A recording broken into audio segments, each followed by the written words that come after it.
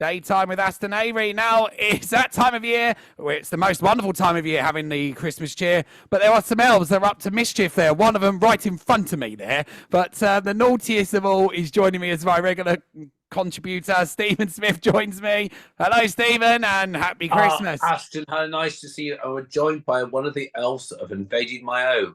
His name's not Tricky, is he? He's very tricky, trust me. How are you? Fine, thank you as well. Where's the beard gone? Where's your beard gone? Don't ask. Oh, you weren't bullied into removing it by someone, did you? Let's not say anything. I'm going to send the elves around to speak to her because I like your beard. Thank you. Well, obviously, festive time of year, Stephen. So what are you up to for Christmas this year? Having a quiet one this year. I'm just going to be staying at home and having friends in and just enjoying it and walking the dog. Hopefully the weather's nice and maybe go to church in the evening. What about yourself? Obviously spend the couple of hours in the morning with niece and nephew, seeing them open their presents, and then the rest of the family, and then obviously my parents afterwards there. But I hear the little birdie told me you was at number 10 Downing Street last week. Well, Aston, it's really exciting, and I'm on later on in the show after 11, and I'll go into great detail about it then because it's so worth talking about, and it'll be a bit quick now to do it. So I'll tell you about it. Yes, I indeed. We've got a lot to talk about because you've been busy too, haven't you? Yes, I have actually. Obviously, I had Christmas do the weekend gone, and then been very busy as well on that as well. Yeah, so. It has been. I've got my Christmas shirt on today. Jumper's close enough, as they say. A shirt. I've got a shirt. Shirt. Have you got a Christmas jumper on? Have you? If I stand back like that, I have. Oh, yeah? Yes, you have. Did your mum knit that for you? No, not like that. Anyway, does your mum knit? No, is what I say to that. Oh, and you can't have a beard. Unfortunately. So, but we're going to get some good helpings now because our regular agony aunt, Heidi Gammon, is now going to join us here on Gateway. Hello, Heidi. Good morning, Aston. Good morning, Stephen. Lovely to see you. You've got a Christmas jumper on too. I have. You can't see. I'm going to stand up so you can see it a little bit. It's terribly. God, Rudolph. There. I was flashing you, Rudolph. It's terribly Bridget Jones. My one. It's got a pom pom on it and everything. It's so funny. Oh, that's nice. It counts as a Christmas film. There, there's Bridget Jones, of course. There. So Heidi as well. What is happening at Christmas in your own home this year? Well, you know, I like to hunker down, put the fire on, I put the feet up, and I just watch all the Christmas films and just have a really good rest and relax. So, yeah, just a nice quiet one in our household this year, which would be lovely. So, do you find dietary-wise, are there any vegans or vegetarians in your home, or does everyone eat the same thing? No, we all eat the same thing, which makes life a lot easier, I think, doesn't it? Yeah, thank goodness you've not got me visiting. I think everyone despairs of me. Oh, do you not eat turkey, Stephen? I do turkey, but not the cooked. I mean, to my horror, I went round to a friend's house. I explained carefully, I don't eat bacon, I don't eat red meat, but I could do a turkey. And it came out the oven and it was covered in bacon rashers and sausages. Oh, she said, don't worry, just scrape them off. Oh no! And they didn't get the whole thing that actually makes me feel physically sick. Anyway, that's a problem of visiting people for dinners. It's listen. I have to say, I know it's a great time of year, but my God, the dramas that can unfold at Christmas. My God, yes, they can. How do you actually assure that you have a nice, peaceful Christmas, as it says on the box? Well, I think it's very hard with families. It quite often isn't a peaceful Christmas. But I think if you can be as organised as you can, you know me, I'm a big organiser. But also a good tip is if the friction starts, you can feel the friction starting to build in you or in the room. A good tip is just to walk out of the room and just change your location, go into a different room, have a few deep breaths and then go back in rather than letting it all kick off. With the taser gun. Yeah, maybe. Don't say that. Sorry. But, Heidi, we've got our first question ahead of Christmas here, and this is from a listener in Southend by the name of Madeline, who's listening online in Southend. That she has asked, dear Heidi, you are so great and they love you, but can you help with the issue in question here that their brother is gay. They love him, so that is never an issue. In fact, he is such a laugh and a great brother. But he keeps flirting with their own husband outrageously, and the husband thinks it is funny. So Heidi, he does not do not. He's going round for Christmas here. But how do you get him to stop without sounding square here? Oh, it's tricky. Hi, Madeline. Well, first of all, I'm thrilled that your brother has been accepted, and that's all great because that's the way it should be. So that's fabulous.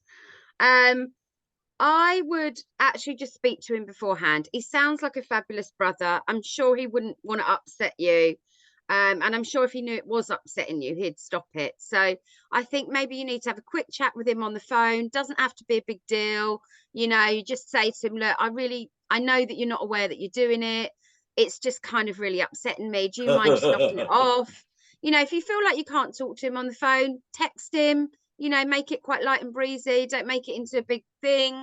But I think it's probably a good idea just to have a chat with him beforehand. It will just make it a much nicer Christmas. I think some boundaries are needed here, don't you? Yeah. I mean, I think like for instance, Stephen, you do flirt with my mum. Luckily, we're safe. I know, but she flirts with me, Aston. I should do anything for a toasty, but I do think some boundaries here are not a bad idea. And if you love someone, sitting them down and saying, look, I'm probably being oversensitive, but I'm really finding it uncomfortable when you flirt with my husband, and discuss it and get it out. I mean, I'm a natural flirt, so I can't help myself sometimes. I would flirt with a lamppost probably. Me too. but I do think it's okay, and I think sometimes just saying how you feel, and people should be kind enough to realize that if it is upsetting, it's something worth talking about.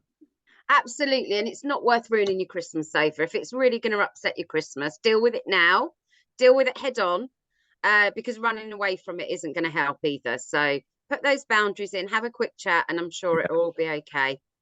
I'm still feeling the taser gun's a good Christmas present. Wow. I'm joking. Here's another one. Hi, Heidi. My daughter turned 18 and wants her lips done for Christmas. I think they're fine. She has lovely lips. My worry is if I say no, she goes behind my back and goes somewhere bad. I love her, and I nearly had a heart attack last year when she had her nose pierced. So did I. Danielle Brentwood.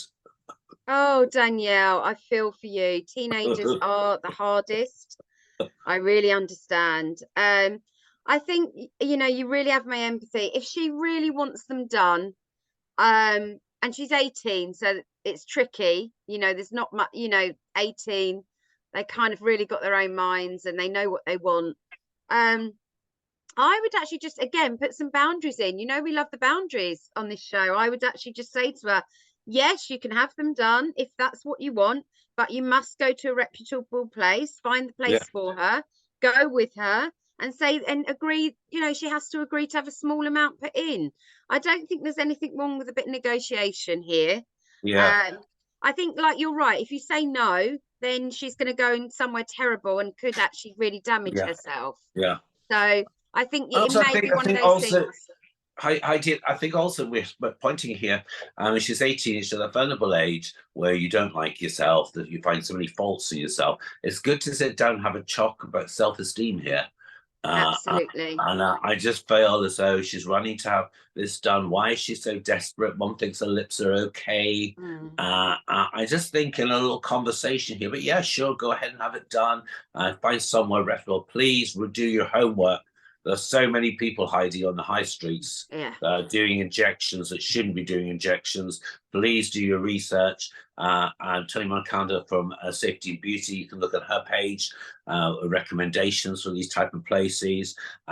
Again, as I say, I can't bear nose piercings. I'm not even going to pretend. What about tattoos, Stephen? Can you bear those though?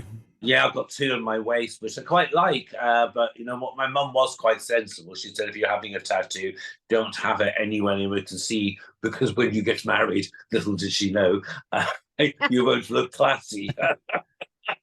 So, But joking aside, yeah, I have a tattoo, and I quite like it, and I've nothing against those. And I don't think against anyone doing anything. It's just, for me physically, I don't like a nose piercing. What have you asked? Have you got any tattoos? no is the answer to that, unfortunately. Oh, so, should get you one. oh no, you're going to put me on the spot now.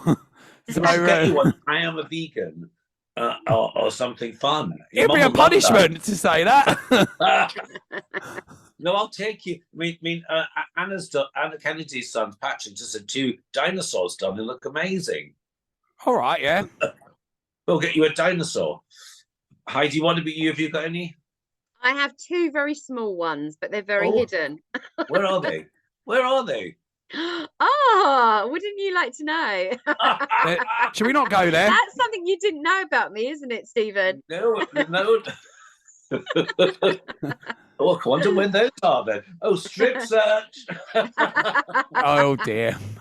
So that being said here, Heidi, as well, we've got Vicky from Basildon who's just sent this one in. So Heidi, please help their daughter is 15, super mature for her age and pretty, and wants to go to a sleepover on Boxing Day at a friend's house, and they would normally not be a problem, but they found out it is more than the party and there'll be boys there. Her friend is 16. Their parents are going to a party for most of the evening. They want to say no way, but what message are they sending, would you say, or are they sending? Well, I don't know about what message they're sending. I mean, they have to really discuss it and work out what's right for them. But I mean, what I would do is possibly if she, I mean, she's 15, so they can say no. They can say no. It's, it's not going to be safe for you. We're not comfortable with that. I think so many parents aren't comfortable saying no nowadays, where it's actually okay to say no. Yeah. And put those boundaries in. Or, if you feel like you're okay with her going for a few hours, let her go for a little while, pick her up, or, a good tip I find with teenagers is to have a little emoji that she can text if she needs you to pick her up sooner or she's in trouble. Agree on an emoji that she can just quickly text you, which means come and pick me up, I need you now, or I'm unsafe, or anything, know. Yeah, I think at 15, I mean, the girlfriend's 16. Obviously, her parents think she's mature enough to have a party. They're going to a party, I see. So they're not far away, I presume, and not going to be staying out all night. It's not an all-right rave they're going to. So they will be back there sometimes. I think the thing that was flashed up is there's boys there. And I presume again, I think you have to give it a bit of give and take here. I agree with you. Let her go. And not say no, because what will happen is she'll sulk in her room. A good chance she'll sneak out. Or what she might do is she might do something, stop being so mature and think, hang on a minute, this is my life. I'm nearly 16. I mean, let's face it, Heidi, most of us were out of home by our generation, that age. I think let her go for a while, tell her to take her phone, maybe give her a little text during the time, see she's okay. Without being overly bizarre. Absolutely.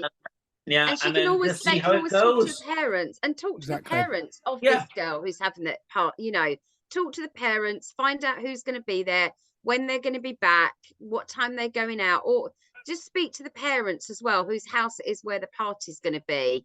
Have it could be the parents' party's just down the road. Yeah. We don't know what that is either. And, as I say, I think it's a great idea. Go. Obviously, her parents think it's okay. The other girl's 16. She could be working. I don't know. But as I say, I think I agree with you, Heidi. Let her go, because it's just going to open up a can of worms if she doesn't get to go. Yeah. But of course, Heidi, as we're going into 2024 here, and a lot of us, we cannot wait to have you on again. But do you have any New Year's resolutions, though, going into 2024 here? Oh, you know what? I haven't even thought about it. But maybe next year might be the year that I finally pass my driving test, because I can't drive. Oh my God, Heidi, you don't drive, do you? I don't drive, so maybe I need to crack on with that at some point. But is it nerves? I go to pieces in the tests. I've done about 4 tests and I just fail on the test. I can actually drive. I just go to pieces on the test. So. Oh, and that's awful. And I have to say, when I'm my first test, Heidi, I turned up and it was one of these army drill sergeants. and I was nervous enough. Right, and he was so abrupt. You have to give the Reed's license plate, and I almost failed that. My leg was shaking, and of course I failed. On the third one, I got a really nice guy, and he was really fun. He went, "Hey, you gonna do all right?" And of course I did all right. Well done. Aston, do you drive? I don't, unfortunately. So, but I do. But one resolution will be to carry on fundraising, etc., which I'll be doing throughout the month of January as well, as you probably have seen. Aston, we really take your hat off to you. You do a lot of fundraising. What are you doing? What are you doing for this? In January, basically what I've got to do is like 31 minutes for 31 days exercise, and it's in aid of Crohn's and Colitis UK, which I'll be doing as well. So it's amazing, really. So because it's something I've gone through myself, so I know exactly what some people that are out there that are going through with the Crohn's or colitis conditions, really. Well done, Aston. That's really good. I know that Anna Kennedy's got us doing the Full Monty next year. Have you seen that on ITV? Oh, no. Wouldn't surprise me. What's your New Year's resolution, Stephen? Stephen, what's your New Year's resolution? I want to just be even more fabulous. No, no, I am. I've got a few notes. I'm desperately going to try and what am I going to try? Actually, I haven't thought of it, Aston. I think I'm going to try and do even more than I've done already. So I can't think of anything to give up, really. I don't really believe in these resolutions because you're just setting yourself up, aren't you? So but well done in all the work you do, and Heidi. It's just brilliant all you do. So how can our listeners find out more about you, Heidi? Well, I am at www.counselling-for-you.co.uk, or you can email me, Heidi, HEIDI, at counselling-for-you.co.uk. And it's great, Heidi, to have you on as always over Christmas. Have a lovely Christmas, Heidi. And we'll see you in the new year as well. Lovely to see you. Merry Christmas. Lovely to see you soon in the new year. Bye. Bye.